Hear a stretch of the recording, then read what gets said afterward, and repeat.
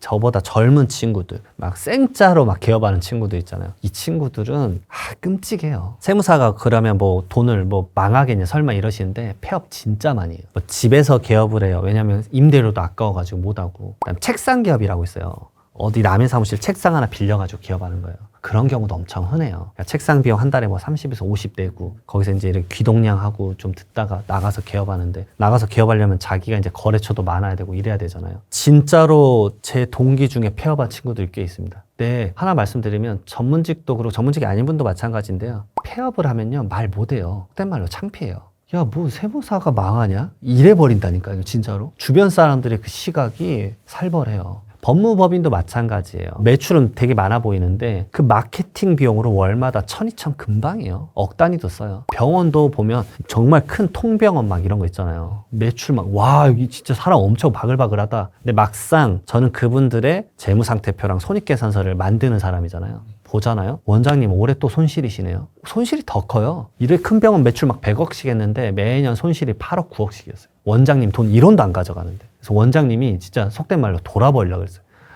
내가 누굴 위해 살지? 거의 다 코로나가 터진 거예요. 이분 진짜 펑 터지려고 그랬어요. 물론 이제 어떤 혁신적인 뭔가를 해가지고 매출이 확 올라가서 다시 플러스로 바뀌긴 하셨는데, 그러니까 우리가 흔히 알고 있는 뭐 법무법인이나 큰 병원 뭐 이런 데는 돈을 더 흡수를 잘해요. 근데 영세한 이제 막 개업한 뭐 이런 분들은 힘들어요. 예를 들어서 내가 어떤 법률 사건을 맡긴다. 제 어머니가 수술을 해야 된다. 저는 어떻게 하겠어요? 가장 최고의 사람을 찾고 싶잖아요. 거기에 돈을 별로 안 아낀단 말이에요. 영화 대사도 많잖아요. 변호사비 아끼는 거는 바보 같은 짓이라고. 다 있단 말이에요. 그러니까 최고를 찾아가려고요. 근데 막 이제 막 개업한 사람을 찾아가는 건 쉽지 않다고요. 양극화가 엄청 극대화돼 가고 있다. 결국은 이제 막 개업을 하신다? 그러면은 정말 그 전에 칼 갈고 나왔으면 좋겠어요. 3월 달에 법인세 신고가 주로 있어요. 대한민국은. 그래서 그때 법인세 신고를 했는데 법인 대표님이 말했어요. 나 회생 신청할 거라고. 거의 흑자 도산이에요. 왜냐하면 미수금이 너무 많아요. 돈을 안 줘요. 그 업체들이 힘드니까 돈을 못 주는 거예요. 병원 의료품 파는 데인데 병원들이 돈이 없다고 돈을 안 주니까 매출은 높은데 유동성이 없어서 그런 분을 한번 봤었고, 근데 그게 건수가 요즘 많이 늘어나고 있고 5월 달에 슬펐던 건 이제 종합소득세인데 그분이 일반적인 식당을 운영하는데 보니까 택배 운전, 그 다음에 대리 운전, 그 다음에 이삿짐 센터 직원, 구사 코드라고 해요. 프리랜서 분들 구사 뭐뭐뭐뭐로 시작해 구사 0909 뭐 이러거든요. 그러니까 이런 거를 주말에 알바를 뛰었더라고요. 왜냐하면 먹고 살려고. 자영업으로 힘드니까. 막 주말에는 쉬어야 되는데 그것도 쉬는 거 못 쉬겠다고 가게 문 닫고 막 대리운전 뛰고 그러시더라고요. 왜냐면 요즘은 이제 술 문화가 많이 줄어들었잖아요. 10시 이후로 고객이 없으면 그분은 바로 셔터 내고 바로 대리운전하러. 막 슬프더라고요. 왜냐면 서울에서 대리운전하면 가다 보면요 세종까지 가요. 대전까지 가더라고요. 그래서 그럼 거기서 어떻게 올라오세요? 대전에서 가끔 수원 가는 사람들이 있다. 그걸 무조건 잡아야 된다. 그걸 못 잡으면 그냥 대전에서 SRT 타고 올라와야 된대요. 그럼 돈이 낭비된대요. 수원까지 오면 지하철이 있으니까 1호선 타고 자버린대요. 그런 얘기를 들을 때마다 와 이게 진짜 쉽지 않구나 그런 생각을 많이 하고, 요즘은 이제 그거예요. 지금은 이제 8월부터 11월 사이에는 중간 결산을 저는 꼭 해드려요. 그래서 혹시나 지금 이제 사업을 하시는 분들인데 중간 결산을 받아본 적이 없다 그러면 중간 결산을 한번 좀 받아보셨으면 좋겠어요. 저는 중간 결산을 꼭 해드리는 이유가 루틴 하잖아요. 일반적인 사업체들은. 그러면 8월까지 이 정도 벌었으니까 앞으로 나머지 4개월 벌면 내가 결국은 이 정도 돈을 벌어서 내년에 세금을 얼마 내는지를 알려드려야 돼요. 저는 이걸 무조건 해요. 내년에 한 2천만 원 낼 것 같습니다 하면 준비하고 있겠습니다. 물론 더 낮아지실 것 같은데 그러면 11월이나 12월에는 이제 매출이나 매입에 대한 것들을 고민을 좀 해봐라. 뭐 이렇게 내년은 미룰 수 있으면 미루고 미리 갖고 올 수 있으면 자재를 미리 좀 사라. 뭐 이런 것들에 대한 얘기를 하는 거예요. 말 그대로 눈앞에 세금을 조금이라도 줄일 수 있으면 이런 거 도와줘야 되는 게 맞잖아요. 그게 세무사 일이니까. 근데 지금 이걸 진행하면서 충격을 먹은 게 세금을 거의 안 내요. 다 마이너스. 그래서 진짜 심각하구나. 진짜 요즘 내수가 많이 죽었구나 라고 생각이 들어요. 일반적인 F&B나 이 말 그대로 고객을 직접 만나는 업체들은 거의 다 마이너스에 수렴을 해서 이제 중간 결산을 하는데 민망할 정도예요. 저희가 말하는 거 세금은 발생 안 하는데 손실이 너무 크시다. 왜냐면 이 말 하는 것도 저희 입장에서는 되게 안 좋아요. 왜냐면 이분들이 손실이 커지면 기장을 이제 그만하고 저 사업체 이제 접으려고 세무사님 이러잖아요. 그럼 저희 입장에서도 안 좋은 거잖아요. 그런 거 보면서 할 말이 없네. 그렇다 매출을 올리라고 무조건 어떻게 말할 수는 없으니까. 그때 이제 제가 알고 있는 지식들을 동원해서 막 이것저것 말씀드리는 거예요. 뭐 이런 건 어떠시냐, 저런 건 어떠시냐, 요즘 사업은 잘 되시냐, 뭐가 힘드시냐, 아, 경쟁업체가 생겼어요? 아, 미치겠네. 막 이런 얘기를 하는 거예요. 그다음에 두 번째로는 거기를 떠나야 되는 경우가 있어요. 건물주가 임차를 나가라고 하는 경우가 있어요. 다른 임차인 드리겠다고 해가지고 임차를 올리고, 그러니까 예전까지는 싸게 있었던 거죠. 그러니까 이것도 서러운 거예요. 근데 그게 지역 기반 사업이면 엄청 타격이 커요. 예를 들어서 학원 같은 거. 갑자기 나가라면 그 근처에 자리가 없어. 그러면 애들 다 있는 거잖아요. 그런 경우도 있어요. 그리고 좀 이제 그 외적으로는 아, 여긴 진짜 망하겠다라고 하는 데는 우리 업체는 아니었지만 항상 보면 느껴지는 게 몇 개 있어요. 일반적으로 저는 이제 요식업을 많이, F&B를 많이 말씀드리는데 우선은 시간 약속을 지켜야 되는데 시간 약속을 안 지켜요. 몇 시에 열어야 되는데 없다. 그러면 다시 안 가요. 아시잖아요. 식당이랑 커피숍은요, 딱 2번까지예요. 한 번 갔는데 만약에 맛이 없었거나 뭐 없었다, 불만이 있었다, 한 번까지 더 가요. 한 번인 경우도 엄청 많죠, 솔직히 말하면. 저는 딱 2번 가는 이유가 식당 가면 A 요리랑 A 식사, 그다음에 B 요리랑 B 식사 딱 먹어보고 저 밑에 세무사랑 다 같이 간 다음에 결론 딱 나오면 거기 안 가요. 사실 그렇잖아요. 그러니까 신장기업발은 딱 거기까지예요. 그래서 그런 것들에 대해서 인지를 제발 해라. 초반에 이제 잘 된다고 막 거기에 흠뻑 빠져 있지 말고 계속 갈아놓고 노력해야 된다. 그러니까 자영업자분들 요즘 다 갈아놓고 있어요. 요즘 말씀드리는 게 브레이크 타임이 계속 다 없어지고 있어요. 예전에 브레이크 타임 많았잖아요. 쉬고 그랬잖아요. 브레이크 타임 다 없애고 있어요. 그리고 브레이크 타임 없애는 걸 사장님이 직접 말해요, 고객한테. 말을 안 하면 브레이크 타임이 아직도 있는 줄 알아요. 그게 내가 봤을 때는 한 발자국 이 사업주가 마케팅이나 뭐에 대해 생각이 있는 거예요.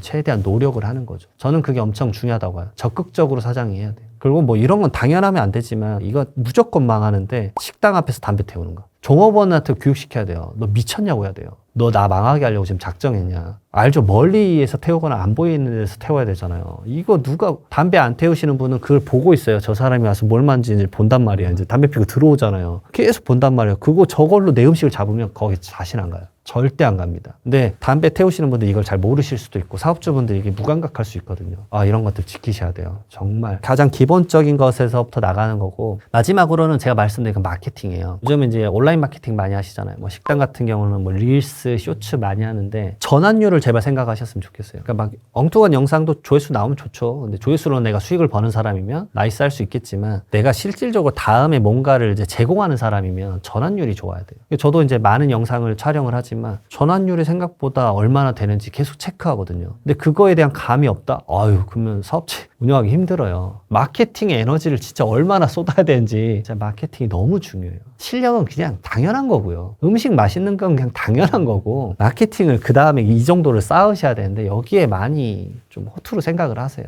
업체를 고르실 때도 제발 잘 고르셔라. 그래서 대표님들 항상 말하는 게 유튜브 편집이라도 한번 해보시고 쇼츠 편집이라도 한번 해보시고 해봐라. 당신 거 조회수 몇 나오는지 봐라. 뭐 충격을 먹어야 된다. 그래야 그 업체분들과 얘기를 나눌 때도 아, 내가 예전에 이런 거 시도해봤는데 저런 거 시도해봤는데 라는 말을 할 수가 있다. 항상 다 좀 배워라. 말씀을 드리죠. 초반에 자영업자 개업을 하시면 직원 안 쓰잖아요. 직접 하라고 꼭 말해요. 2가지 이유예요. 첫 번째로는 직접 해봐야 자기가 추후에 세무사님하고 얘기 나눌 때 편해요. 그냥 무작정 맡기고 알아서 잘해주시겠지 이게 아니라, 세무사님 제가 이번에 부가율이 몇 프로인데 막 이런 걸 알면 세무사님 이분 대화가 되네. 내가 좀 더 알려줘야겠다. 자영업자분들이 대부분 세금 공부를 많이는 안 하시는데 초반에 조금만 공부를 해도 생각보다 많이 얻어갈 수 있기 때문에 그걸 좀 활용해라. 그리고 그게 제가 말하는 기장 부분은 AI가 잘 돼 있어요. 그러니까 거기서 지식을 거의 다 얻을 수가 있어요. 그래서 자기가 직접 막 이런 갈래를 해보고 부가가치세 신고 정도는 직접 해봐라. 별거 없다. 이거 스크래핑만 해가지고 하셔도 된다. 저는 사실 이제 기장을 메인으로 안 하기 때문에 기장 손님이 오는데 뭐 간단한 거면 이거 직접 하세요. 굳이 돈 쓰세요. 진짜 이렇게 말해요. 간단한 것도 직접 해봐라. 그러면서 깨우치고 경험하는 건 상당히 필요하다. 말씀을 드려요. 그리고 이제 두 번째로 근데 AI 업무가 좀 고도화된 거는 저도 챗GPT 유료화로 쓰고 있거든요. 그래서 저도 이제 밑에 세무사들한테도 AI를 제발 활용해라. 너가 가이드 못 잡으면 그거 써서 해라고 하는데, 이게 이제 초반에 가이드 잡거나 어떤 생각을 만들거나 할 땐 되게 유용한 걸로 알고 있어요. 그리고 이게 점점 고도화되면 분명 쓸모 있을 거라고 봅니다. 근데 이게 전문직 분들은 이렇게 인식을 하셔야 돼요. 이게 무조건 고도화 속도가 엄청 빠를 거라고 봐요. 그러니까 AI가 나를 거의 다 대체할 수 있는 수준이 온다라면 그거에 대해서 경계를 해야 돼요. 아니 이걸로 어떻게 AI가 다 해주겠어? 그게 아니라 그런 지식을 활용한 되게 유능한 기업가가 그 프로그램을 만들 거예요. 그래서 그거가 자영업자가 직접 써도 될 수 있게끔 아주 라이트하게 만들 거라고요. 세무 쪽을 한다 그러면 아 이렇게 될 수 있겠구나라는 생각이 들어요. 예를 들어서 제가 변호사님들 아니 법무사님들 쪽 잘은 모르지만 저는 이렇게 생길 수도 있다고 봐요. 예를 들어서 내가 돈을 떼먹었어요. 그럼 지급 명령을 보내서 돈을 이제 받으려고 추심을 하잖아요. 그런 것들에 대해서 기본 사항만 적으면 전부 다 문서가 나오는 시스템이 곧 도입될 것 같아요. 그러면은 법무사님 찾아가고 변호사님 찾아가는 것보다는 1단계로 우선 내가 이거 해보고 그 다음에 그걸 하면서 뭐를 익히죠? 지식을 익히잖아요. 그러면 그걸 토대로 변호사님과 만약에 진짜 돈 안 주면 그 다음 단계로 소송을 갈 때 이 사람에게 맡겨야지. 그리고 그분하고 대화를 나눌 때 이분이 이 업무에 대해서 이해도가 어느 정도 있는지 이런 것들을 알 수 있게 되잖아요. 저는 그런 식의 활용도가 점점 전문가만 쓰는 게 아니라 일반인이 본인의 사건을 거기다 대입하면서 활용하려고 할 거다. 그러면 그 벽들이 점점 엄청나게 무너질 거다라는 건 진짜 자명한 사실이에요. 그러니까 이걸 어디다 대입하시면 되냐면 저희 쪽에서는 국세청이 이걸 도입하기 시작합니다. 그러니까 국세청이 간단한 신고들은 직접 해주고 있어요. 모두 체험 서비스라고 해서 일정한 매출 이하여서 단순 경비율이라는 걸 적용받는 게 있어요. 예를 들어서 내가 100을 벌었다. 그럼 당신은 단순 경비율이 한 60% 정도 돼. 그러니까 100 벌었으면 60을 그냥 경비로 인정해 줄게. 그럼 40에 대해서 세금 계산했는데 당신 환급이 얼마 나왔어. 이게 프리랜서분들 엄청 많잖아요. 그분들 신고서를 그냥 만들어서 우편으로 보내줘요. 그러니까 엄청난 시장의 변화예요. 왜냐하면 기존에는 그거를 세무사님들이 다 본인들이 이제 수임료로 바꿨었는데 국세청이 AI가 고도화되면 거기에 발맞춰서 가는 거예요. 국민의 수준은 높아졌는데 국세청은 이렇게 볼 수 있잖아요. 아, 저기는 아직도 돈 거두려고 AI가 이 정도 발달해 그 정도 서비스도 안 해주네. 우리가 내는 세금이 얼만데 대민 서비스 그 정도도 안 해주는 거야. 그래 버리니까 요즘은 국세청이 엄청난 대민 서비스를 많이 해주고 있어요. 좀 지나면 AI 세금 컨설팅도 이제 채팅만 치면 쭉 나오기. 그러게 이제 점점 고도화될 건데 그러면 시장에서는 세무사님들이 그냥 넋놓고 있으면 힘들어질 수도 있는 거죠. 계속 모든 세무사님뿐만이 아니라 변호사나 법무사나 뭐 의사분들이나 이런 분들도 다 노력을 해야 되는 수순으로 점점 치닫고 있는 거예요.